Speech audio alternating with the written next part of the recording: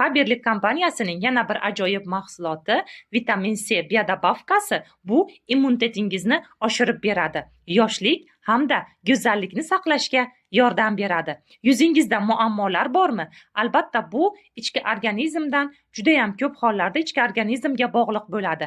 Vitamin C ni kuniga 2 mahal iste'mol qilasiz bir kapsuladan va sizning yuzingiz tiniq va go'zal bo'ladi.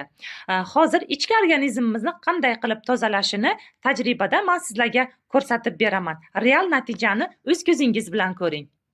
Buning uchun bizga guruch, suv hamda yod kerak bo'ladi.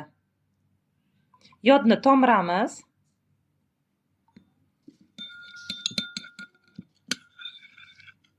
Mana ko'rib turganlaringizdek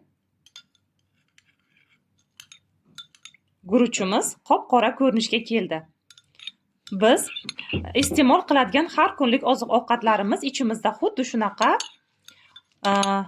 qop-qora ko'rinishda keladi, ya'ni shilaklar paydo bo'ladi. Buni tozalash uchun esa vitamin C kapsulasidan bitta olamiz va solamiz.